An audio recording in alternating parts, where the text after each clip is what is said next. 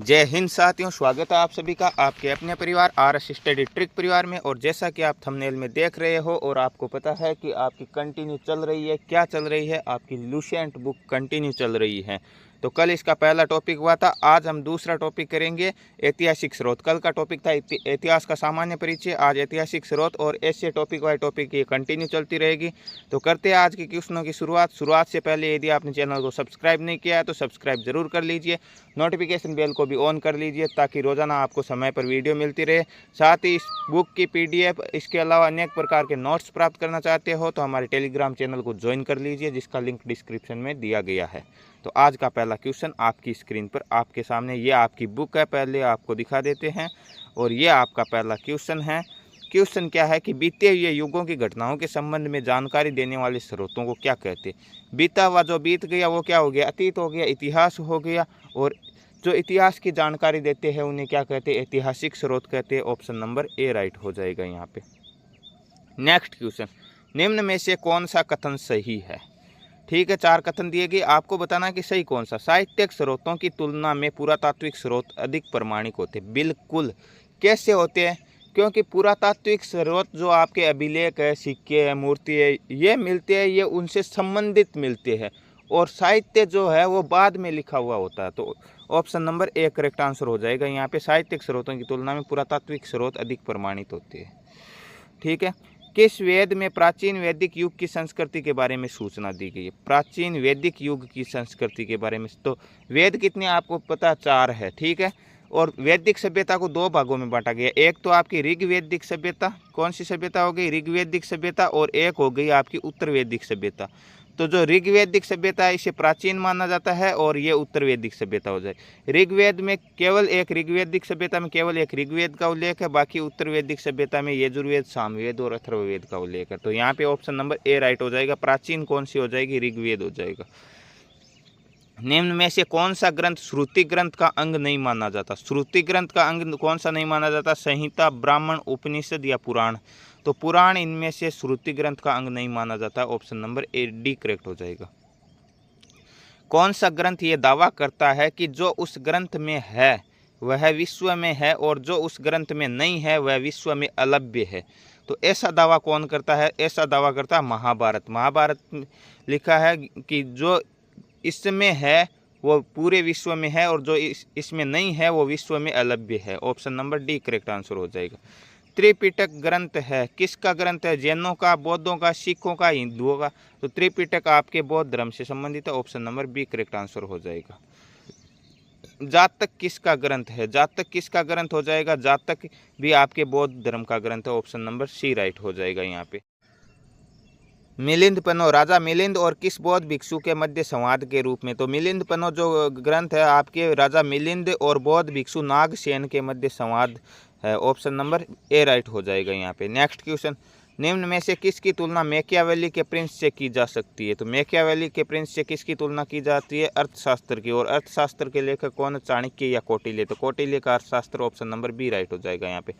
कौटिल्य के अर्थशास्त्र में किस पहलू पर प्रकाश डाला गया। तो नाम अर्थशास्त्र है, बल्कि ये पुस्तक किसकी है, ये राजनीति की पुस्तक है, राजनीतिक नीतियों पर प्रकाश डाला गया। ठीक है, ऑप्शन बी करेक्ट आंसर हो जाएगा।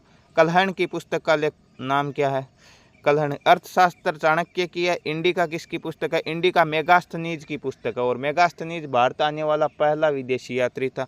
ठीक है, तो यहाँ पे राजतरंगिणी इसका राइट आंसर हो जाएगा। कलहण की पुस्तक का नाम क्या है, राजतरंगिणी।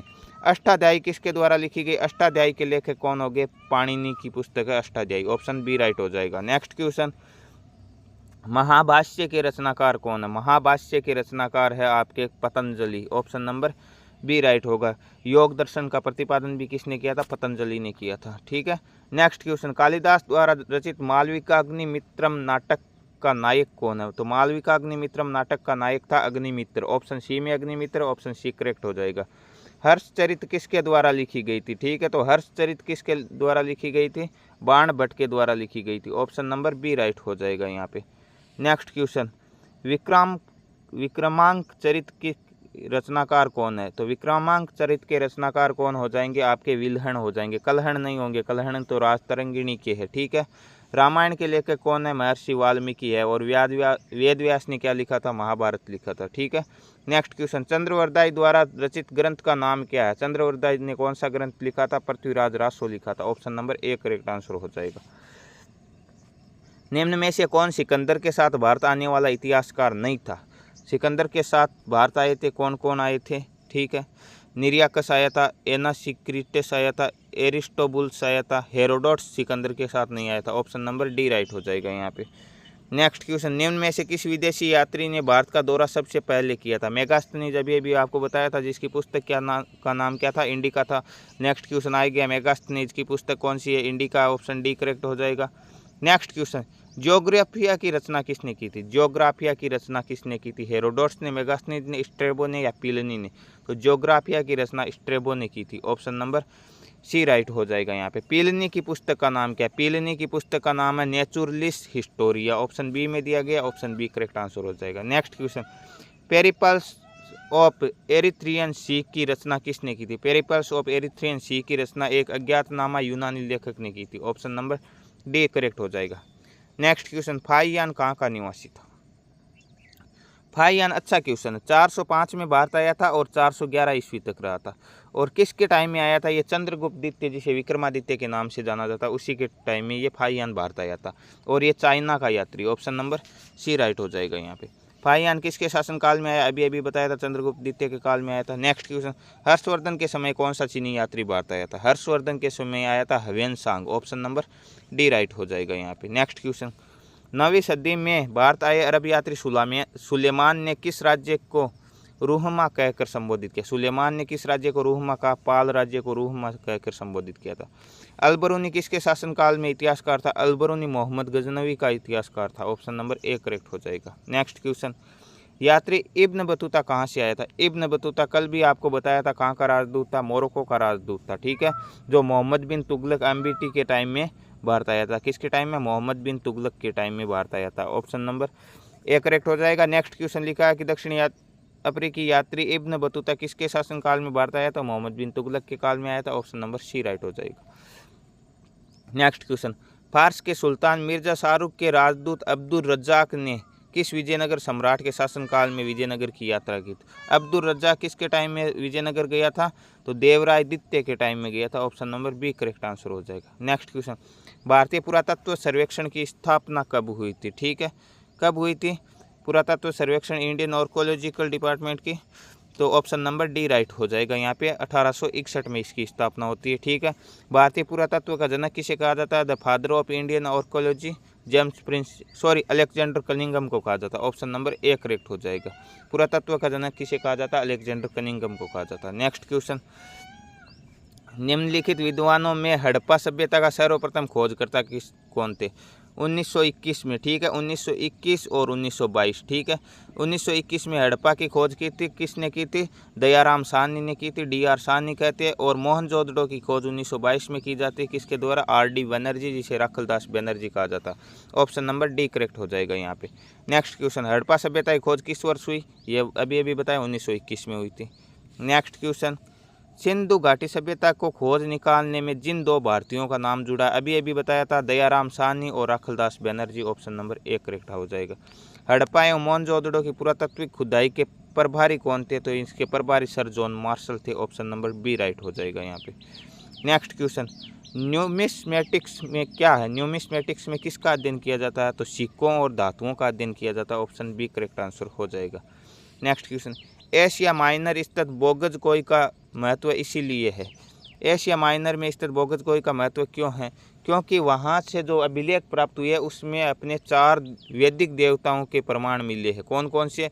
इंद्र, वरुण, मित्र और नास्ते। ठीक है, वहाँ से जो अभिलेख प्राप्त हुए उनमें 4 वैदिक देवता इंद्र, वरुण, मित्र व नास्ते का उल्लेख मिलता है। बिल्कुल सही है, ऑप्शन ए करेक्ट हो जाएगा। नेक्स्ट क्वेश्चन, अशोक के शिलालेखों को पढ़ने वाला प्रथम अंग्रेज कौन था? तो अशोक के शिलालेखों को पढ़ने वाला पहला अंग्रेज कौन था? जेम्स प्रिंसेप था। Option number D correct answer हो जाएगा।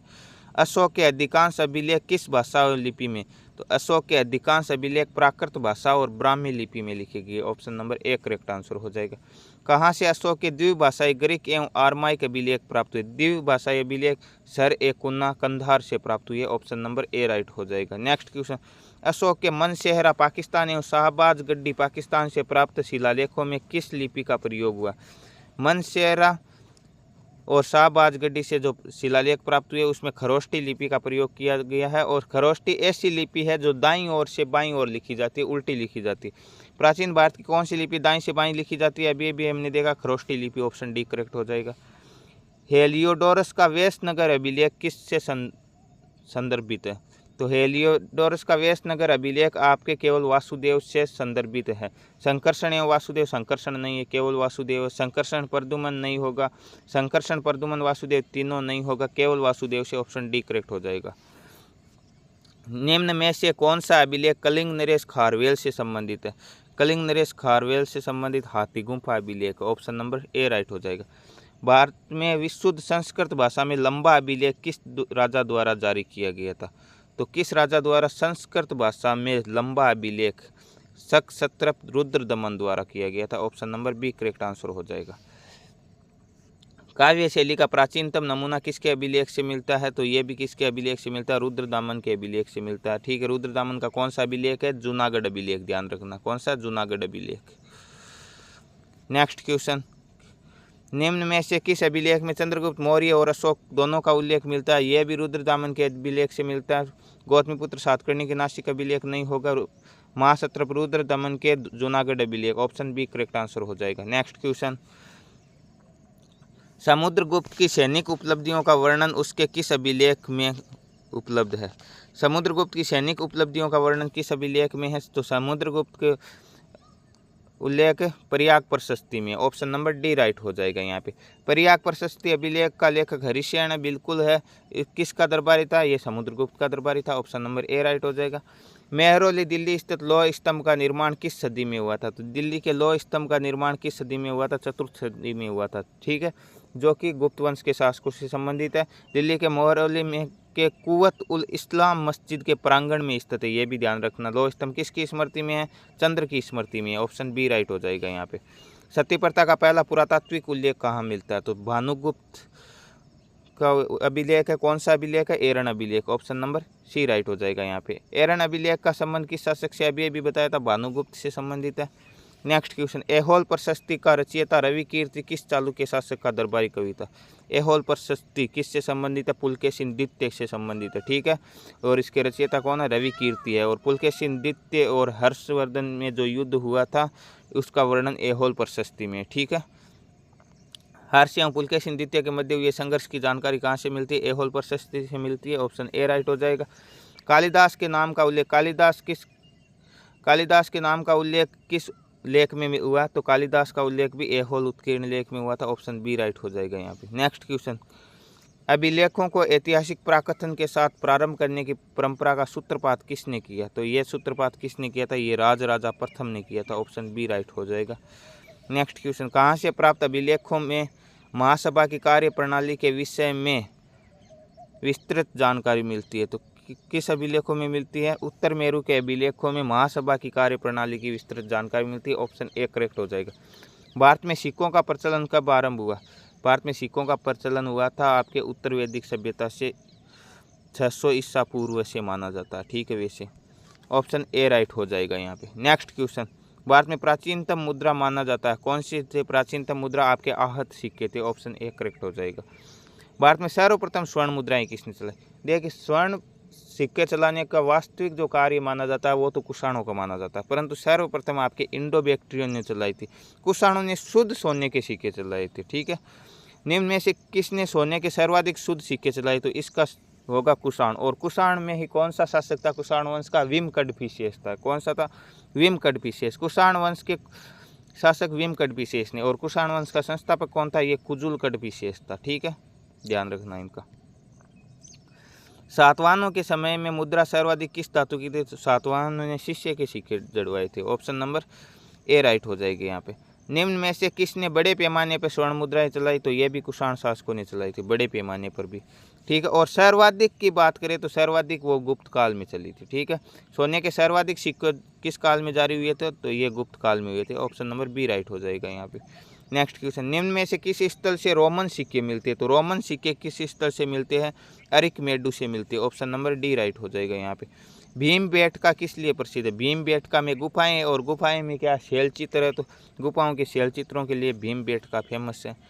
प्राचीन काल में भारत के लोग ब्रह्मा को किस नाम से जानते थे? किस नाम से जानते थे ब्रह्मा को? ब्रह्मा को सुवर्ण भूमि के नाम से जानते थे। ऑप्शन नंबर ए करेक्ट हो जाएगा। अंकोर वाट कहाँ स्थित है? अंकोर वाट आपके कंबोडिया में स्थित है। ऑप्शन नंबर डी राइट हो जाएगा यहाँ पे। नेक्स्ट क्वेश्चन, प्लिनी की मूल कृति नेचुरल हिस्ट्री किस भाषा में रचित है? नेचुरल हिस्ट्री किस भाषा में रचित है? लैटिन भाषा में। ऑप्शन बी करेक्ट आंसर हो जाएगा। नेक्स्ट क्वेश्चन, चचनामा सिंध का इतिहास है जो मूल रूप से किस भाषा में लिखा गया? चचनामा आपके अरबी भाषा में लिखा गया। ऑप्शन नंबर सी राइट हो जाएगा यहाँ पे। नेक्स्ट क्वेश्चन, भारत के सांस्कृतिक इतिहास के संदर्भ में इतिवृत्तों, राजवंशीय इतिहासों तथा वीर गाथाओं को कंठस्थ करना निम्न में से किसका व्यवसाय रहा था? ठीक है, तो राजवंशीय इतिहासों तथा वीर गाथाओं को कंठस्थ करना आपके मगध का इतिहास रहा। ऑप्शन नंबर डी राइट हो जाएगा, मगध। चीनी यात्री सुंग यून ने भारत की यात्रा कब की थी? सुंग यून 518 में आया था और 522 तक रहा था। ठीक है, आपको कमेंट बॉक्स में कमेंट करके बताना होगा कि उस समय भारत का राजा कौन था। ठीक है, किसके शासनकाल में आया था ये?